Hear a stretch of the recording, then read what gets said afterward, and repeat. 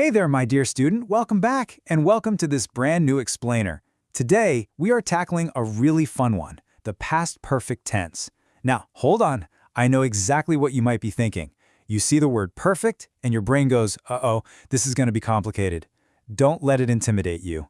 The idea behind it is actually incredibly simple. Honestly, by the end of this explainer, you're going to understand exactly when to use it, and you'll be doing it with total confidence. So, let's jump right in.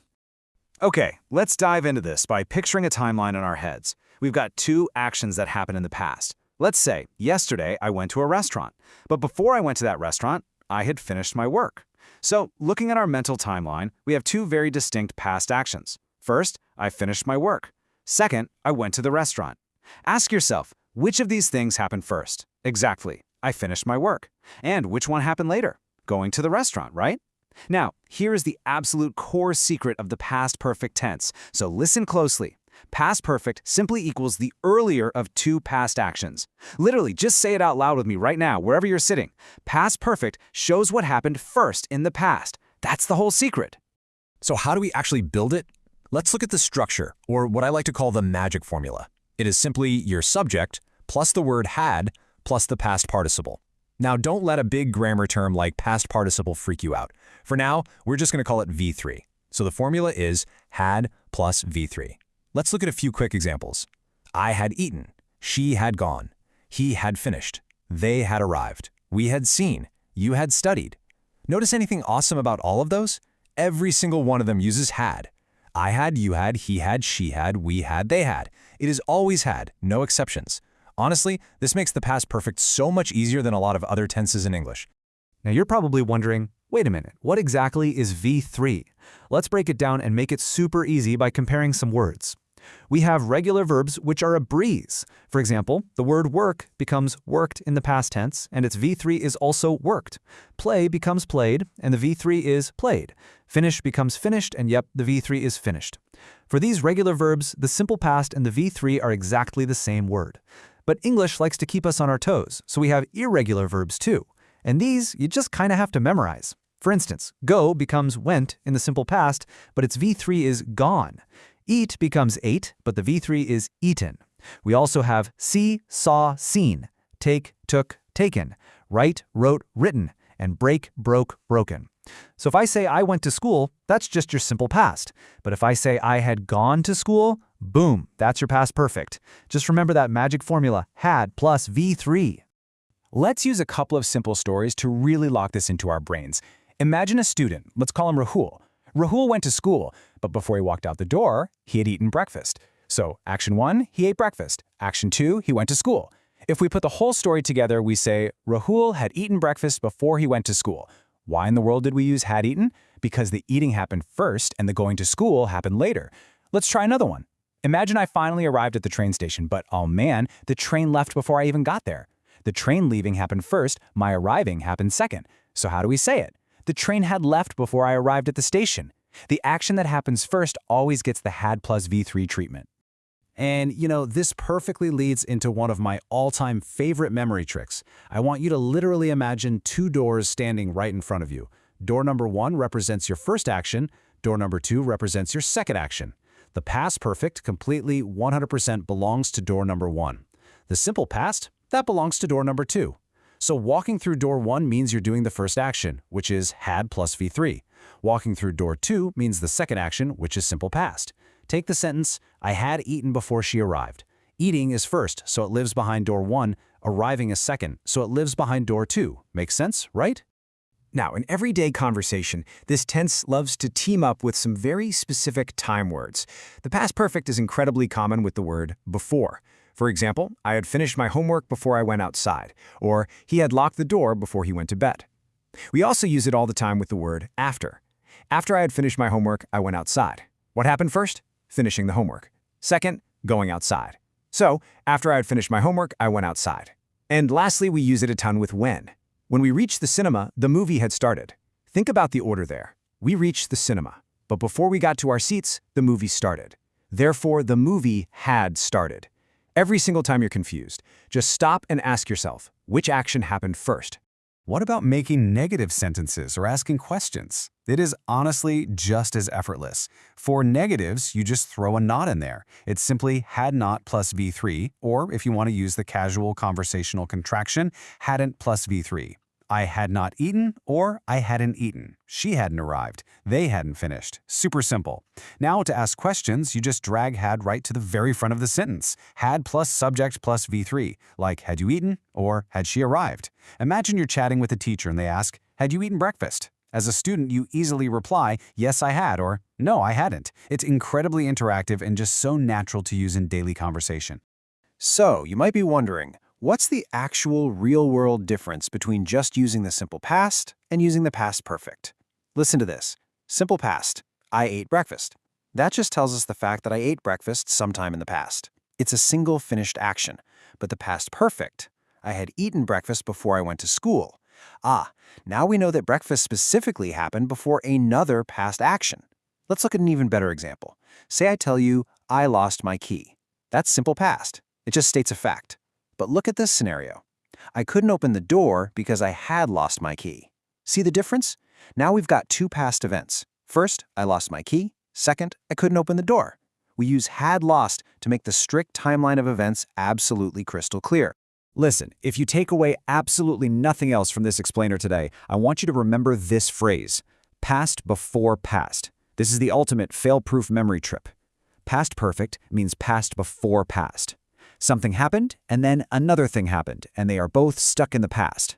That first thing, that's your past perfect. Like, I had eaten before I went to bed. Eating is the past before the past. Going to bed is just the regular past. Seriously, say it out loud with me right now. Past before past. Come on, one more time. Really cement it in your brain. Past before past. Love it. All right, enough theory. Let's put this into practice. I'm going to give you two actions, and you have to tell me which one happened first. Ready? Example 1. I had brushed my teeth before I went to bed. Take a second. Which one happened first? Brushing my teeth. Exactly. Let's look at example 2. She had cooked dinner before her family arrived. Which happened first? Cooking dinner. Fantastic. You're getting the hang of this. Let's keep that momentum going. Example 3. They had finished the meeting before I came. Which happened first?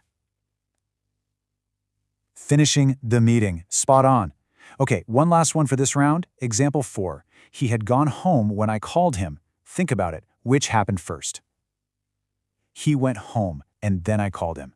You are doing excellently with this. You're naturally picking out the earlier action every time. Okay, real talk for a second.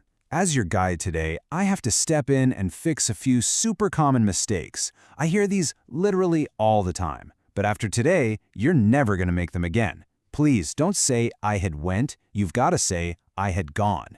Remember, the past perfect absolutely demands V3, not the simple past verb. Don't say she had ate, say she had eaten.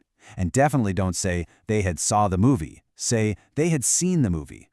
Burn this into your memory. V3 is the master key that unlocks this entire grammar tense. Now, here is a highly important nuance of conversational English that a lot of people miss. You do not need to use the past perfect just because something happened in the past. For example, if you say, I went to the shop yesterday, that is perfectly 100% correct. Don't say, I had gone to the shop yesterday if you're just talking about one single finished event. There's only one main action happening there. But check out this second scenario. I had finished my work before I went to the shop. Aha! Now we have two past actions, and the past perfect is stepping in to show us which one happened first. So, the golden rule here is, don't just throw the past perfect around to sound fancy. Only use it when you actually need to show a relationship between two different past events. Let me paint a picture for you with a complete story, just to show you exactly how this plays out in real life. Imagine this little airport disaster. Yesterday, I went to the airport, but when I arrived, the plane had already left. Oh no, right? But think about why I said had left. Look at our timeline. Two things happened. First, the plane left without me. Second, I arrived at the airport. The plane left before I got there. So to tell the complete story, I say the plane had already left when I arrived.